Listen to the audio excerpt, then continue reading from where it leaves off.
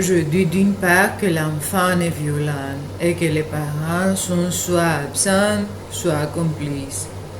Mais que se passe-t-il lorsque nous avons des parents narcissiques malveillants?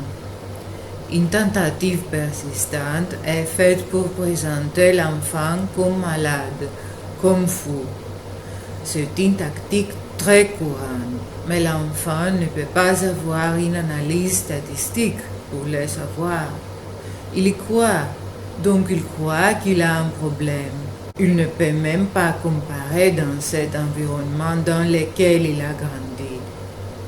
Habituellement, un parti se forme entre ceux qui ont le plus de persuasion verbalement et dans le style et la violence s'exerce.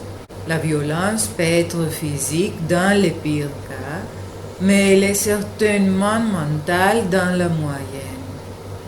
Verbalement et non verbalement, il lui montre qu'il ne vaut rien, que sa voix n'a aucune valeur, ni ce qu'il croit. Ils disent des mensonges ou cachent la vérité par des omissions et activent constamment la culpabilité. Ils disent constamment à quel point ils sont mécontents de son comportement, dans quel danger il met, à quel point il leur crée de problèmes. La personne devient une figure invisible qui n'est créée que pour les servir. Pensez à Cendrillon symboliquement. En effet, dans certaines maisons de narcissiques malveillants, il est convenu qu'un enfant devient esclave et serviteur. Mais dans les maisons plus éduquées et plus raffinées, toute cette méchanceté qu'ils ont à l'intérieur ne sera pas enlevée par le nettoyage de la maison. Dans ces maisons, pour comprendre la torture, il faut faire beaucoup d'analyses approfondies. Il peut s'agir de silence ou de dénigrement extraverbal.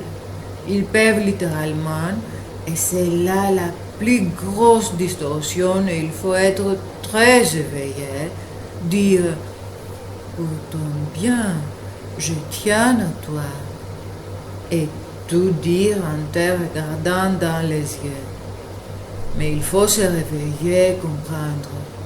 Activez votre réflexion et imaginez la suite de ce qu'il vous propose, aussi convaincant qu'il ait réussi à les transmettre.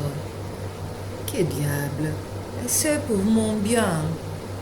Mais si je fais cela et que je les écoute, cela mène-t-il à mon bien? L'équilibre est très délicat pour être de vous comprendre et pour être de ne pas savoir que vous le comprenez. Si vous grattez leur ego et que vous les gâchez, ils agissent comme le diable. Ils agissent comme le diable est entré en eux. Et je ne parle pas de la religion.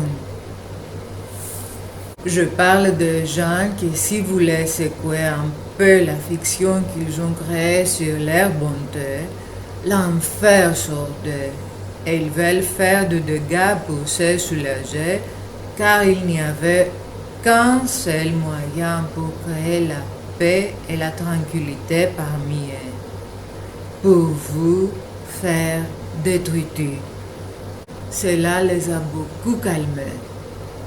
Alors attention, si tu as grandi dans une telle maison, vise à utiliser toutes tes forces d'une part, pour partir, et d'autre part, tu auras besoin beaucoup de psychothérapie car tu verras tout à l'envers et déformé. Un tel lavage de cerveau a eu lieu.